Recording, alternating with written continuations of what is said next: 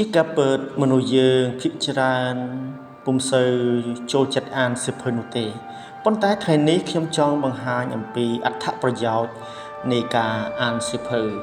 ការអានមិនត្រឹមតែជាវិធីបន្ថែមអាហារឲ្យខួរក្បាលរបស់អ្នកប៉ុណ្ណោះទេប៉ុន្តែវាជួយបង្កើតចំណេះដឹងបង្កើតការកម្សាន្ត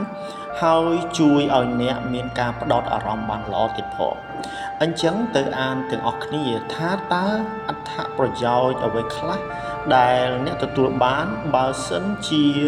អ្នកអានសៀវភៅជាប្រចាំចំណុចទី1អំពីអត្ថប្រយោជន៍នៃការអានសៀវភៅគឺពង្រឹងជំនាញក្នុងការវិភាគគិតនៅពេលដែលអ្នកអានសៀវភៅដែលមានអាថ៌កំបាំងវានឹងធ្វើឲ្យខួរក្បាលរបស់អ្នកគិតហើយនឹងរកវិធីដោះស្រាយនៅអាថ៌កំបាំងទាំងអស់នោះពេញមួយពេលដែលអ្នកអានរហូតដល់ចប់សាច់រឿងហើយលើសពីនេះទៅទៀតការអាននឹងជួយបង្កើនជំនាញរបស់អ្នកក្នុងការវិភាគនៅសាច់រឿងឬសមត្ថភាពរបស់តួអង្គនីមួយៗទៀតផងអត្ថប្រយោជន៍ទី2គឺបន្ធូរនៅភាពតានតឹងចិត្តការអានជួយបន្ធូរនៅភាពតានតឹងចិត្តពីការងារនិងការរៀនសូត្រ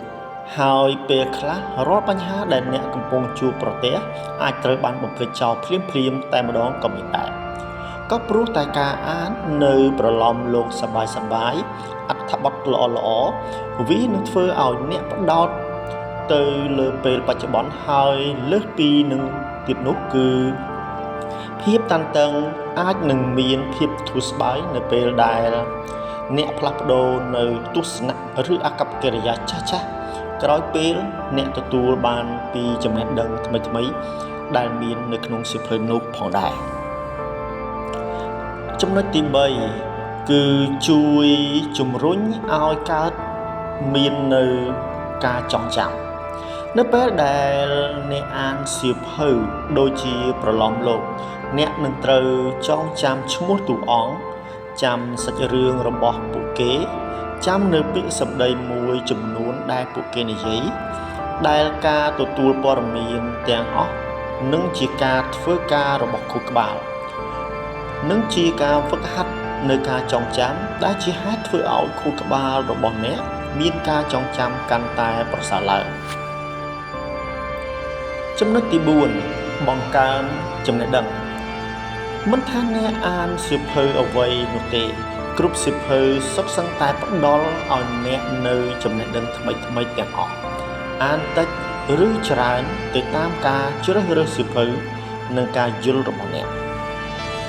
អត្ថប្រយោជន៍នៃការអានសៀវភៅនៅចំណុចទី5គឺបង្កើនជំនាញសរសេរ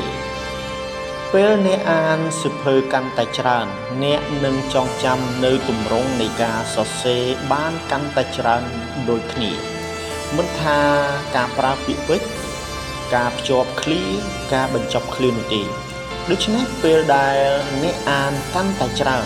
សមត្ថភាពនៃការសរសេររបស់អ្នកក៏កាន់តែប្រសើរដោយមិនដឹងខ្លួនដូចគ្នាទី6ផ្ដោតអារម្មណ៍ទៅលើរឿងផ្សេងៗបានល្អជាងមុន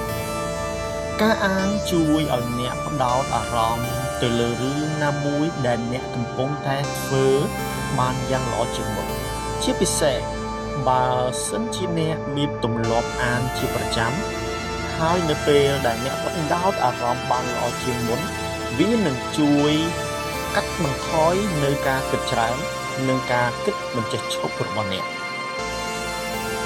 ចំពោះអត្ថប្រយោជន៍នៃការអានសៀវភៅទី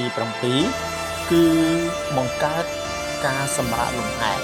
ប្រសិនបើអ្នកឆ្លងកាត់នៅភាពតានតឹងពេញមួយថ្ងៃព្យាយាមយកសៀវភៅមួយក្បាលមកអានសាកល្បងមើលព្រោះការអានសៀវភៅនឹងផ្ដល់ឲ្យអ្នក